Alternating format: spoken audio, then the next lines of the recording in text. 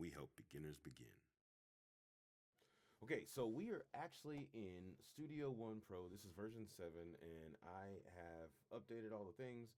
And so I'm going to jump into this practice session that I have that I started a couple of days ago. And as you can see off here to the left, there are the different names for different sessions that we've done most recently. So I'm going to jump into that. And here I have a couple of different things moving. So let's talk about what we see. So first off, up here at the top, you have a ruler.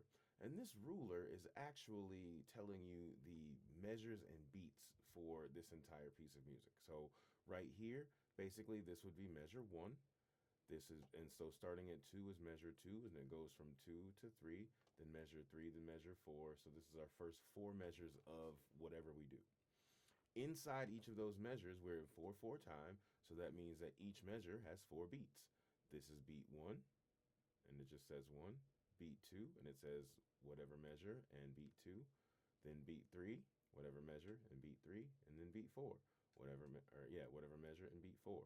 So in measure 2, this is measure 2, beat 1, measure 2, beat 2, measure 2, beat 3, measure 2, beat 4, and so on. We also have the ability to change what we're counting up here in the quantize section, if you can see this.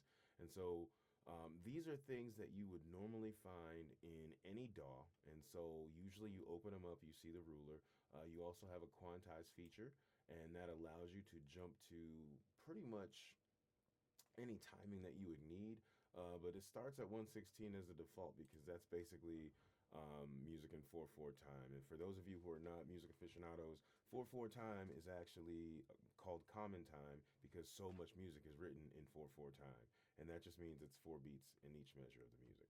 And it doesn't matter what genre, doesn't matter what style, honestly, doesn't even matter what language. You generally are going to find music in 4. Anyway, let's jump back into this. So speaking of that, you see down here at the bottom where it says timing in 4/4. So you can click through a bunch of different time signatures if you'd like to, but 4/4 is the default because like I said, that's usually where it comes. Now you can change those if you'd like to. I'm gonna leave them alone, but if I wanted to change it, this is how I would just click on the number and I could change it.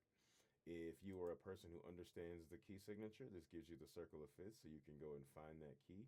And that's definitely something that can help when you're working on using Melodyne, which is a type of tuning software that is available with Studio One. And honestly, the added features are kind of one of the reasons I like this program so much.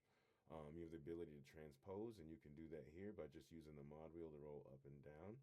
And that just transposes the entire session, which that's kind of new, but that's cool. And then our tempo, which is just the speed of the music.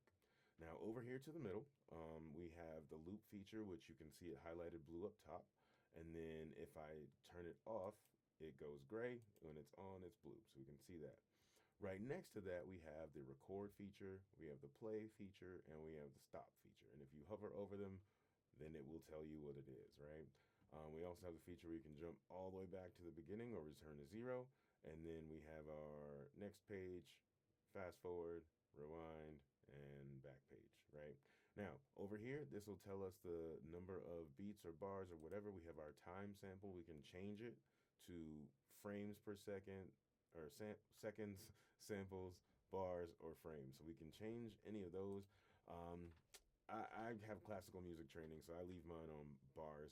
Although, if you were doing like movie soundtracks, you would probably want to change that to either frames or you'd want to change it to seconds because you would, dump in a video and then that's how that would work.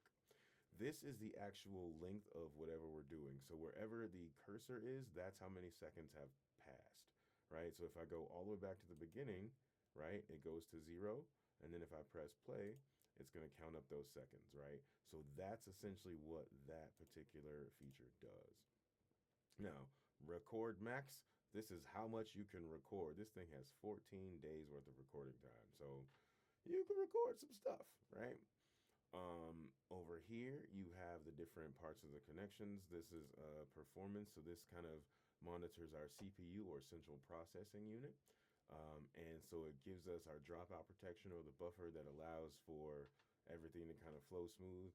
You want to keep that up when you're mixing. When you are recording, you want to turn that down because it can create some latency. And so you'll get this kind of echo.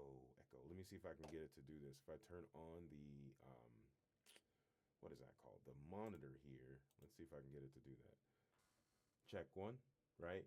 So can you kind of hear that there's a little bit of an echo there? And that echo is just the delay. If I were to like push that more, it would be even greater. But anyway, so so normally I would turn the monitor off, but you have the dropout protection there, and I usually keep it on maximum when I'm mixing. We'll turn it to minimum when we're recording. All right, so outside of that, over here to the left, we have our space where we can put in our tracks. Like I said, these are the things that are native to every single DAW you would use. And so right now I have practice one, and you can see that this green bar is jumping right here, and that's just showing that my microphone is on. It's off over here. And so if I wanted to record this, I would just press the record button. And while you can't really see that anything's happening, I'm going to show you this stuff is happening, right? So we're going to record for that first 4 bars, 5 bars, and then call it, well, 4 bars. So now I'm going to go and right click, and then I'm going to go down to normalize, and we can see the sound wave there. Let's see what it sounds like. Press the record button. And while you can't really see that anything's happening, I'm going to show you this stuff is happening, right? So we're going to record for that first 4 bars, 5 bars. There we go. So that is definitely happening. And so that's kind of how that works. You have a couple of other controls that I'm going to point out, and then we'll call it a day. So for Studio One, it gives you these options up here. But again, these are things that are native in lots of different DAWs. And so digital audio workstations are what we're talking about. And so you have a pointer tool that usually gives you the ability, or they call it an arrow tool, but it usually gives you the ability to kind of move around and to move things. Instead of having a tool that it turns into a grabber, you basically would just left click and you can move the wave if you'd like to.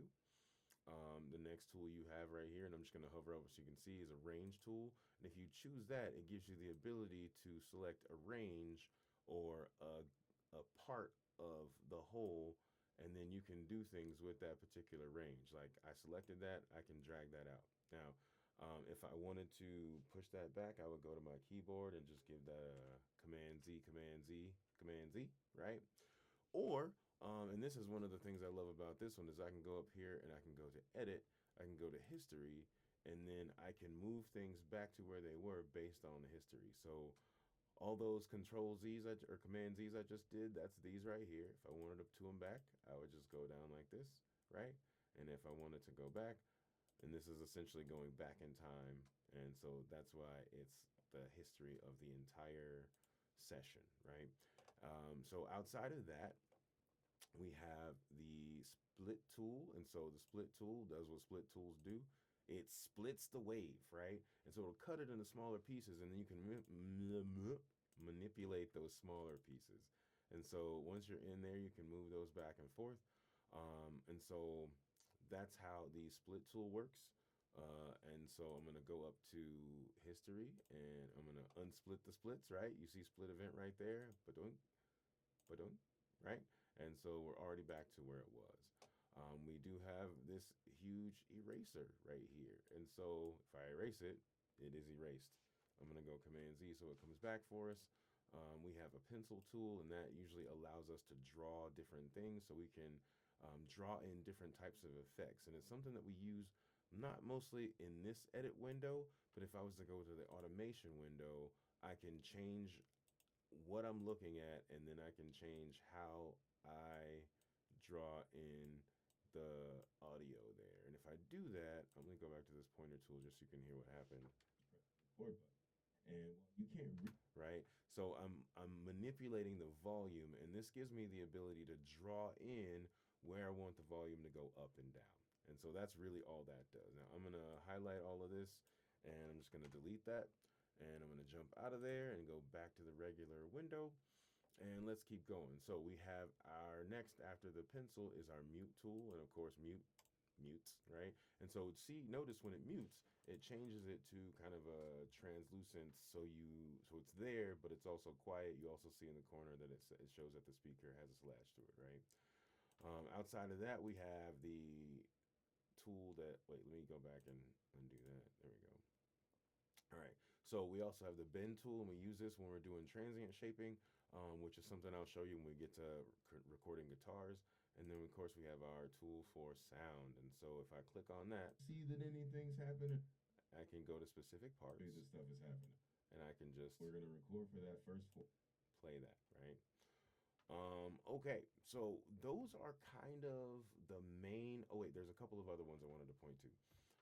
So we talked about the quantize feature and how we can turn the time base, and so up here is the same thing. So time base is bars, seconds, samples, frames. It's the same thing as down here at the bottom where it actually gives us the seconds, and we can change it to seconds, samples, bars, frames. So those kind of are connected, and by kind of I mean they are, right?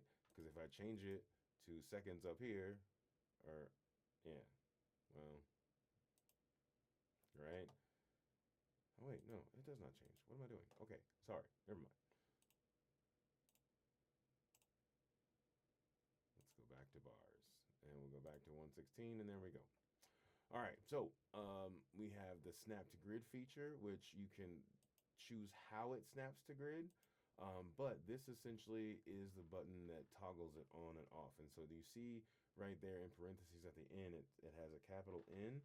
And so if I press the button in on my keyboard, that is a shortcut. And so there are definitely keyboard shortcuts for this. A lot of them follow Windows, like, and I'm sure you've heard me use it, like Command Z, Command X, those kind of things. So it's, if you have used any word program in, I don't know, the last 20 years, you probably know more shortcuts on this than you think. Let's see, I mostly don't use the rest of these, to be honest with you. This one is one that you use for video. And so if I dropped a video in here, I could use this one to then manipulate the video or the audio of the video. All right. So anyway, that's pretty much the long and short of what you get into when you first open up one of these. Now, for most DAWs, when you start, and I'm just gonna do this, and I'm gonna remove these. Right? When you start, usually they look like this, and you have to kind of put everything in. So, for this particular one, if I wanted to put in more tracks, I would just type in the word T, and that gives me the ability to add tracks. I have audio. I can do an instrument track, which is also a MIDI track for musical instrument digital interface. So like MIDI controllers, which we'll get to.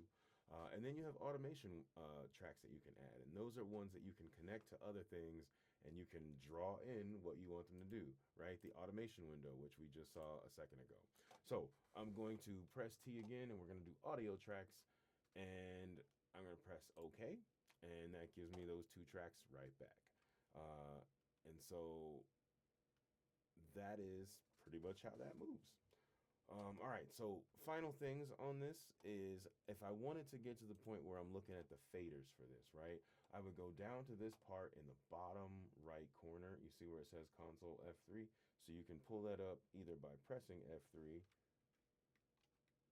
or you can press the mix button and it will get you to the same place, right? And so this is where we have our faders, so I can turn the volume up and down. Now, if I wanted to go back to that same, or that very first recording that I did, I'm going to go back to history, right? And we have all of these different things that I did, right? So if I go all the way back to here, there it is again, right? Now, it's jumping right there, and you can see that it's blue, right? So if I wanted to change the volume, I could then turn this down, right? And normally, so this is how this is set for like Pro Tools, and some people love this setting. You put your inserts and your plugins and everything up here. I like to do it this way, and this is one of the other things I love about this program is that you can actually kind of change the view so that it suits you more.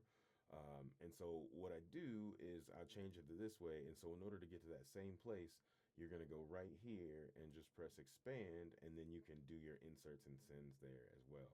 So if I wanted to add an EQ, which is one of the things that you would do on pretty much everything, it's right there. It's one of the recent things you do, and as you can see,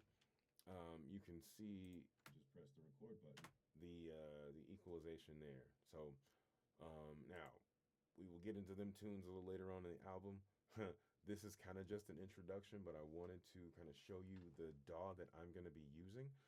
But I do want to hear from you as well. So if you're using a different type of DAW, and there's a lot of them, DAW, again, digital audio workstation. So this could be Pro Tools, it could be FL Studio, it could be Reason, it could be um, Logic, it could be any of the Steinbergs, so Cubase or Nuendo. It could be GarageBand. It could be, anything. So there are lots of different DAWs that people use, and honestly, the producers that I've talked to and that I know, the running joke is, what's the best DAW? And the answer is whichever one you get most comfortable with. So this is the one that I'm most comfortable with, and so it's the one that I'm going to use. But I can pretty much help you get through some of the other things if you have questions about it.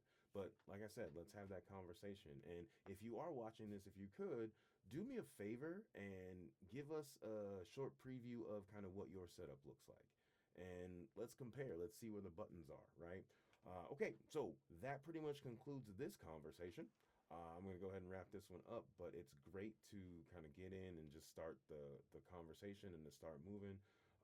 Again, we're going to do some more of these. So in the next couple, we'll talk about how to actually manipulate the things that we're looking at, and we'll use this same session. So anyway, thanks for hanging out. Have a good one, and peace.